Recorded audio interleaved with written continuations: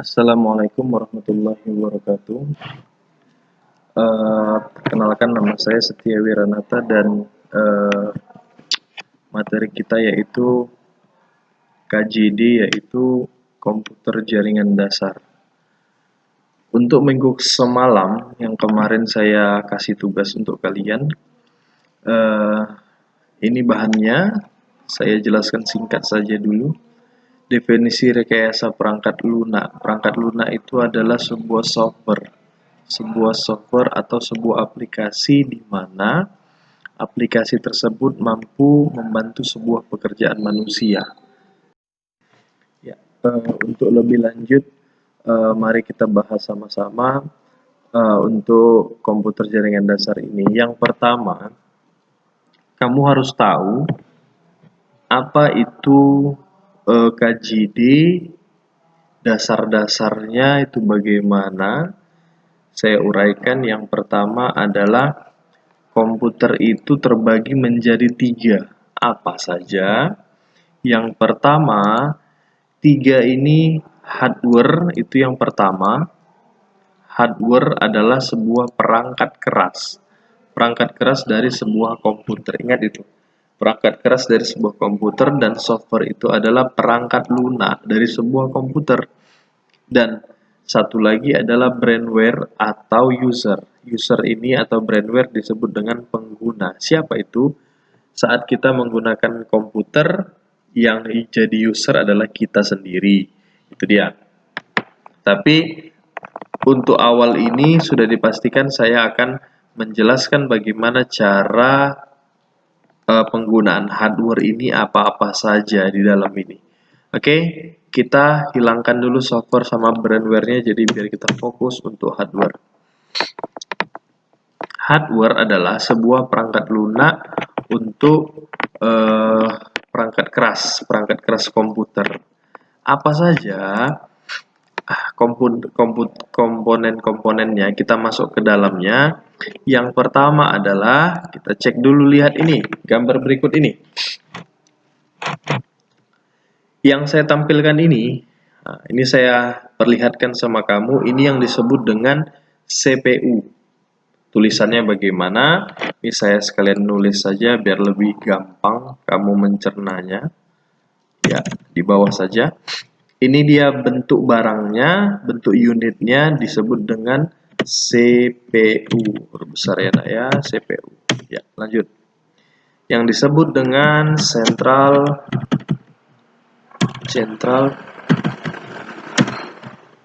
Processing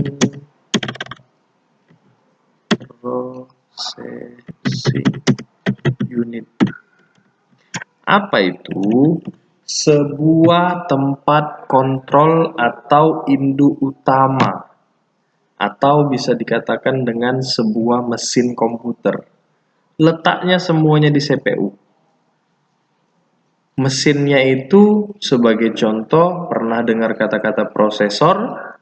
Ya, nanti kita jelaskan lagi di mana letak spesifikasinya prosesor itu.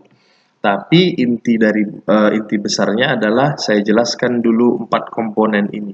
Yang pertama tadi CPU, yang kedua ini adalah sebuah monitor. Apa tugas monitor? Tugas monitor adalah sebagai media tampilan dari CPU tersebut. Ini dia, untuk menampilkan sesuatu. Apapun yang kita kerjakan, semua tampilannya ada di monitor. Dan ada lagi komponen yang di sini di bawah ini namanya keyboard. Ya. Keyboard adalah papan ketik. Nah, ini dia. Ini papan ketik. Kita bisa mengetik semua di sini.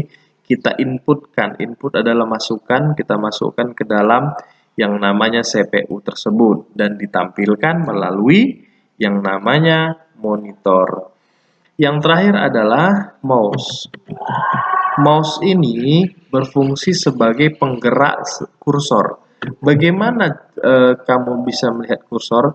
Saat kamu bermain laptop atau komputer, kamu pasti melihat ada seperti tanda panah.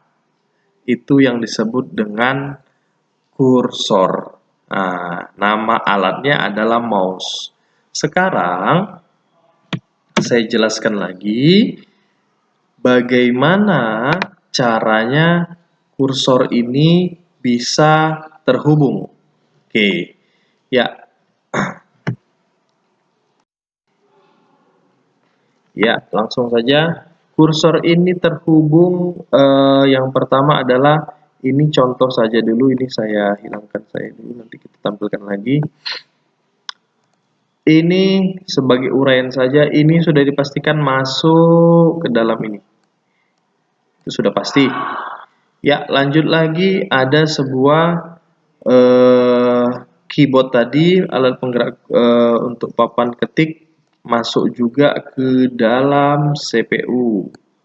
Nanti saya jelaskan singkat lagi. Lanjut lagi ada monitor. Monitor ini masuk ke mana? Monitor juga ada dua kabel. Ini satu, dua. Ada juga kabel lagi kita masukkan lagi ke dalam CPU. Yang kabel selanjutnya kita buat ini contoh stop kontak. Nah, stop kontak ini contoh saja dulu ya.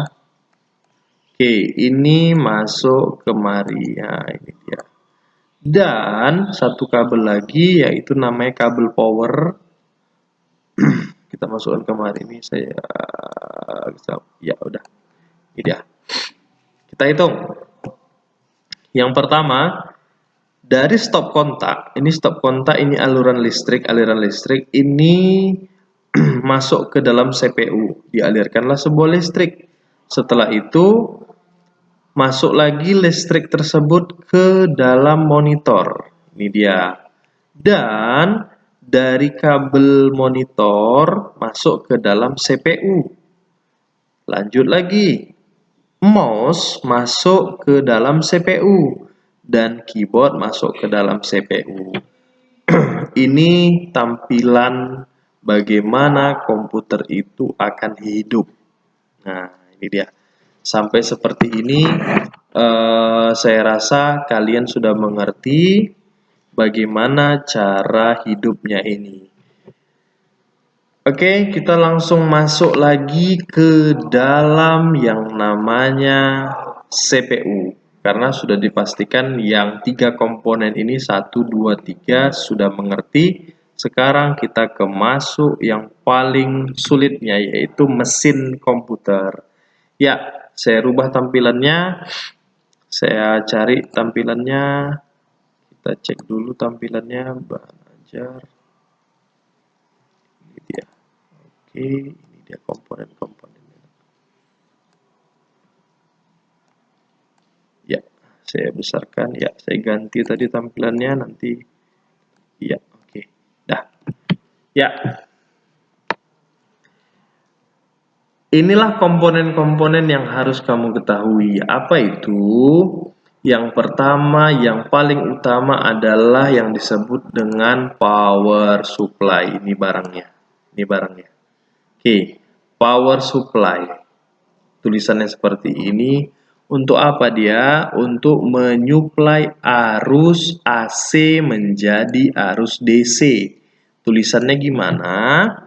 Berarti arus AC ke DC.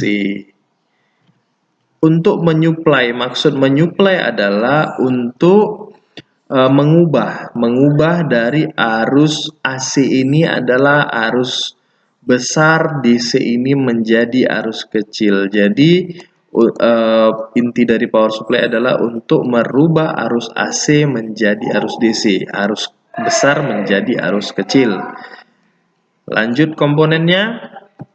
Di bawahnya lagi ada yang namanya ini yang disebut dengan motherboard. Nah, ini tulisan motherboard, tulisan biasa.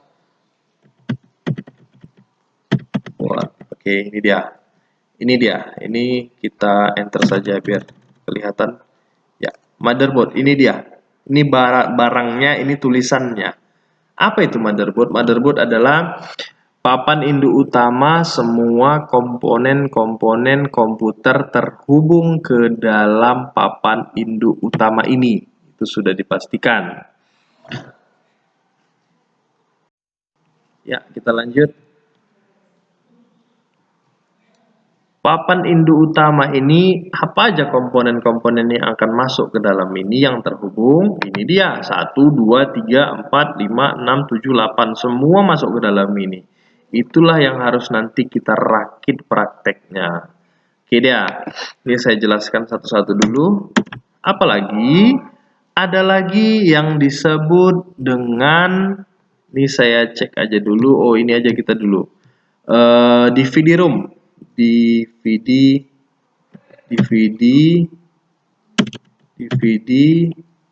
atau CD-ROM. Apa itu? Ini dia barangnya. Oke, tulisannya seperti ini. Apa itu? DVD atau CD-ROM ini kamu sudah mengerti. DVD sama CD ini yang kamu ketahui adalah sebuah kepingan-kepingan seperti kalau orang bilang awam kaset. Yang ada dijual-jual belikan itu disebut dengan DVD atau CD namanya. Bukan kaset lagi karena kita sudah tahu yang namanya komputer. Kalau room adalah tempat pemutarnya. Jadi disebut dengan DVD room itu adalah tempat pemutar CD atau DVD. Ini dia, tempat pemutar CD atau DVD ini. Nah, ingat itu. Kapasitasnya, ini kamu harus tahu nantinya. Kalau DVD itu, nah, DVD kapasitasnya adalah 4,7 GB. Nah, ini dia. Kalau CD adalah 700 MB. Kira-kira mana yang paling besar antara ini? Yang paling besar adalah 4,7 GB. Apa itu? Berarti 4.700 MB. Tapi itu nanti saya jelaskan lebih detail lagi kalau masalah ini. Tapi kamu harus ingat ini, nak. Oke, lanjut. Ada lagi RAM. Nah, ini dia RAM. Oke, RAM adalah random access memory. Nah, random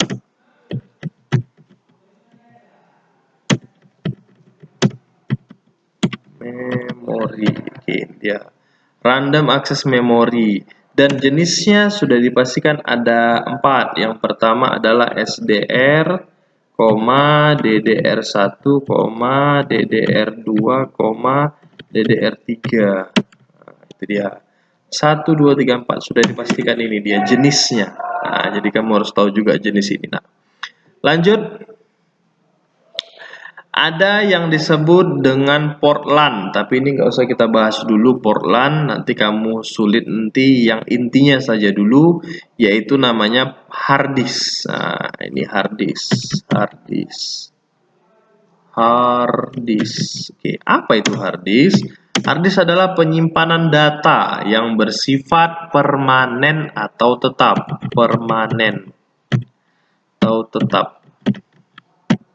Oke, sorry, yang ini penjelasannya belum. Yang ini adalah RAM adalah penjelasannya random access memory, penyimpanan data yang bersifat sementara. Nah, jadi hard disk ini adalah tetap, yang RAM ini adalah sementara. Oke, dia ini permanen. Kapasitasnya adalah kita sebagai seorang komputer kita harus tahu kapasitasnya. Kapasitas ini kita globalkan saja dan kamu harus hafal juga ini 80, 160, 250, 320, 500, 1 terabyte. Oke. Ini 1 terabyte, yang ini 80 sampai 500 disebut dengan gigabyte. Nah, itu dia gigabyte. Gigabyte sama terabyte besaran mana? Besaran adalah terabyte. Ini saya masukkan satuan datanya. Saya catatkan terus. Satuan data. Yang terkecil adalah yang disebut dengan bit. Nah, ya, kita lanjut. Satuan data yang paling terkecil adalah bit. Nah, setelah itu byte. Setelah itu kilobyte, megabyte, gigabyte, terabyte. Bit, byte, kilobyte, megabyte, gigabyte, terabyte. Ini dia. Yang terakhir ada lagi, sebenarnya lebih banyak lagi, disebut dengan petabyte. Nah, ini dia. Ini adalah susunan satuan data yang harus kamu ketahui. Ini yang paling terendah, ini yang sebenarnya bukan terbesar, ada lagi terbesar, tapi yang kita sebut terbesar saja dulu, nggak apa-apalah untuk awal saja. Tapi yang terkecil sudah dipastikan bit. Nah, itu dia. Oke, sampai mana tadi? Hard disk, itu dia. Ada lagi prosesor. Apa itu prosesor? Ini dia prosesor. Ya, tulisannya ya ini dia prosesor. Prosesor adalah, saya buatkan prosesor. Prosesor. Prosesor itu adalah sebuah otak dari sebuah komputer. Nah, ini dia. Jadi inilah dia otaknya. Kalau kita disebut otak adalah disinilah dia memikir. Pemikiran di dalam komputer itu disinilah. Ini saya sederhanakan bahasanya biar kamu mengerti. Itu dia. Ada jenisnya juga. Nama jenisnya adalah ada dua. Yang pertama Intel. Kalau kamu pernah tahu Intel Core i5, Core i7, Core i3, nah itu Core i3 dan sebagainya. Itu kalau kamu ketahui itu adalah Intel. Yang kedua adalah AMD. Kamu harus ingat juga. Itu dia. Itu kalau prosesor. Lanjut lagi.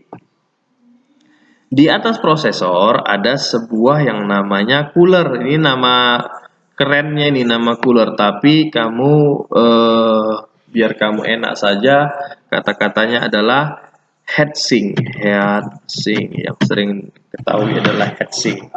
Ini dia. Nah, heatsink adalah pendingin dari sebuah prosesor. Kenapa harus didinginkan? Karena sebuah otak itu bekerja panas dia, nak, sudah dipastikan. Kita aja main komputer aja sampai 24 jam mau. Apalagi di warnet-warnet yang bisnis. Karena kalau hidup terus tanpa ada pendinginnya, maka sudah dipastikan overheat namanya, nak. Kepanasan. Mungkin terjadi kepanasan sampai komputer itu mati. Makanya didinginkan menggunakan yang namanya cooler atau disebut dengan heatsink. Cooler itu nggak usah pakai, nak. Kata-katanya kurang pas nih. Jarang diketahui orang. Kita pakai yang namanya bahasa heatsink. Itu dia. Ada banyak lagi komponen-komponen ini dan banyak yang harus kita hubungkan nanti ke dalam ini. Nah, seperti yang ini, yang VGA card jangan dulu kita bahas, yang ini jangan dulu. Nanti kamu bingung. Ya, ini aja kita 1, 2, 3, 4, 5, 6, 7 ini dulu kita. Ada lagi satu lagi yang harus kamu ketahui. Ini letaknya. Nah, ini letaknya. Udah pasti ini dia. Bulat dia. Nah, ini dia. Ini ya, nak, ingat ya, namanya adalah CMOS. Ingat, ini harus penting ini, nak. CMOS adalah komplementari, tulisannya gini, nak. Komplementari metal oxide. Oops, nggak nampak enak ya. Metal oxide semikonduktor. Nah, ini dia. CMOS adalah komplementari metal oxide semikonduktor. Apa itu? RAM yang berukuran 64 bit yang mampu menyimpan settingan waktu dan tanggal saat komputer dimatikan. Saya jelaskan lagi. CMOS adalah komplementari metal oxide semikonduktor. RAM yang berukuran 64 bit yang mampu menyimpan settingan waktu dan tanggal saat komputer dimatikan. Jadi itulah fungsi dari CMOS. Oke, sampai di situ saja, Nak. Kita lanjut berikutnya.